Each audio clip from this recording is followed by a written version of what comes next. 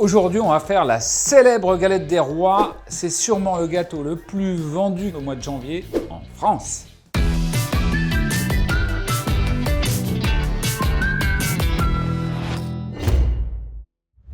Matériel dont on a besoin, le batteur, casserole, pinceau, cuillère, grille ou plaque pour cuire, un cercle pour découper nos ronds de feuilletage, une petite palette, un petit couteau pour pouvoir faire la signature du boulanger sur les galettes et une petite corne.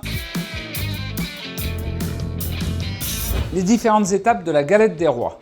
Premièrement, vous faites un sirop, donc autant d'eau que de sucre. On porte ça à ébullition sur une plaque électrique. Ensuite, on a tous nos ingrédients, les œufs, la poudre d'amande, de la fécule de maïs, du rhum, le sucre et le beurre. Pour le pétrissage de la crème d'amande, on démarre le batteur. On commence par mettre le beurre. Souvent, nous, on le laisse à température ambiante en pâtisserie pour gagner du temps. Comme ça, il est de suite prêt à être mélangé. Là, je vais le battre un tout petit peu.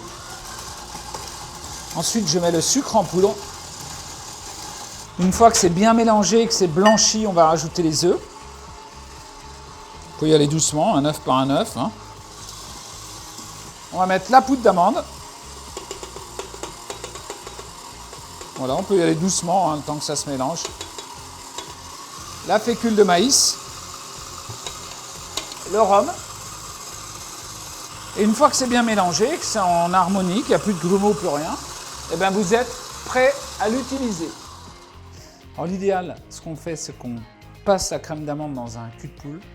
On va la laisser refroidir un peu au réfrigérateur, ou en tout cas la laisser se reposer.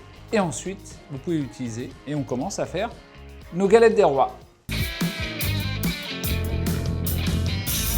Ici, on a notre pâte feuilletée. Le mieux, ce que je vous conseille, c'est d'acheter votre pâte feuilletée chez le boulanger. Et sinon, vous pouvez la faire vous-même, mais c'est vraiment beaucoup de travail à la maison. On a un cercle pour faire une galette de 8-10 personnes.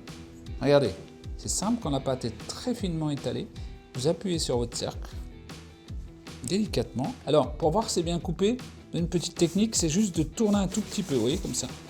Voilà, et là, je vois qu'elle est bien, à peu près bien coupée. Et j'ai besoin de me faire un deuxième cercle pour faire le dessus. Alors faites attention, la pâte, il faut bien qu'elle sorte du réfrigérateur. Si vous la laissez pendant 2 heures dehors, elle est toute molle, c'est foutu pour faire la galette. Je enlève la pâte autour et je regarde, ça marche pas mal aussi. Voilà, ça c'est bien. Une fois que vous avez fait ça, prenez votre pâte, vous la pliez en 2 ou en 4, comme ça. C'est juste pour la transporter. Et vous la posez ici sur votre feuille. Et c'est là qu'on va commencer à travailler la galette. On a pris soin de battre un œuf et maintenant on va dorer tout le pourtour. C'est juste pour coller les deux faces. C'est pour pas que ça déborde, que la crème d'amande coule à l'extérieur. La crème d'amande qu'on a fait tout à l'heure, la poche, comme toujours. Et si on n'avait pas de poche, on pourrait bien sûr le faire avec une cuillère. La douille, on va prendre une grosse douille. Je crois que c'est un moment magique là, juste après Noël. La galette des rois, c'est un moment que les gens adorent. On prend la crème d'amande, on va mettre dans la poche. On ferme la poche et la crème, elle va couler tout doucement. Et là, vous allez faire le tour. Alors, il faut quand même aller proche des bordures parce que sinon, vous n'avez pas de crème d'amande sur une grande partie et c'est pas bien.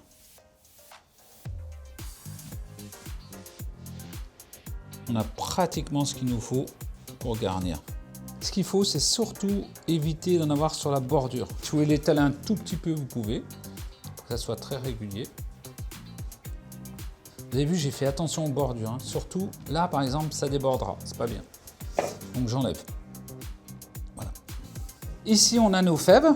Je vais prendre par exemple la tour Eiffel avec la baguette. Je vais la mettre dans un coin. Je l'enfonce un tout petit peu. Et là, je vais prendre le dessus de ma galette. Alors, si jamais vous voyez qu'il y a une petite bordure qui n'est pas tout à fait complètement décollée, surtout n'hésitez pas, il ne faut pas tirer dessus. Je prends la pâte comme tout à l'heure. Je la plie. Je la pose. J'essaie de faire mes extrémités. Et je la tire. Voilà. Et regardez. Bord sur bord, je pince. Bord sur bord, je pince. Je m'arrange pour qu'il n'y ait pas de crème qui coule. On est pas mal.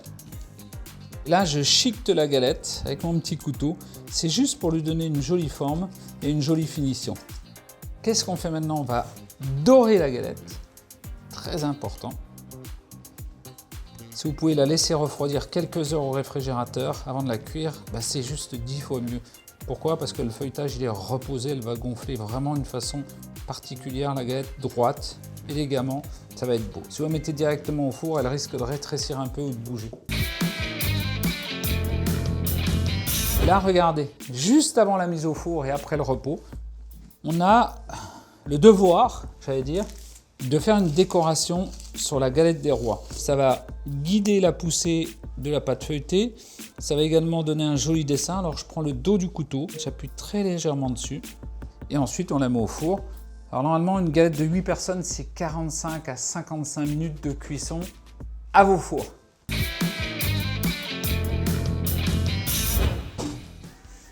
Regardez cette galette magnifique qui sort du four. Je fais attention de ne pas me brûler. Et là, on va juste lui passer un petit coup de sirop pour la faire briller de 1000 éclats. Regardez, c'est du sirop, c'est de l'eau et du sucre temps pour temps. C'est juste pour l'améliorer la conservation et donner de la brillance, bien sûr. Et maintenant, on va tirer les rois, on appelle ça. On va couper notre jolie galette. Alors, vous allez doucement parce qu'il ne faut pas casser la fève. Regardez comme c'est bon, on a envie de croquer.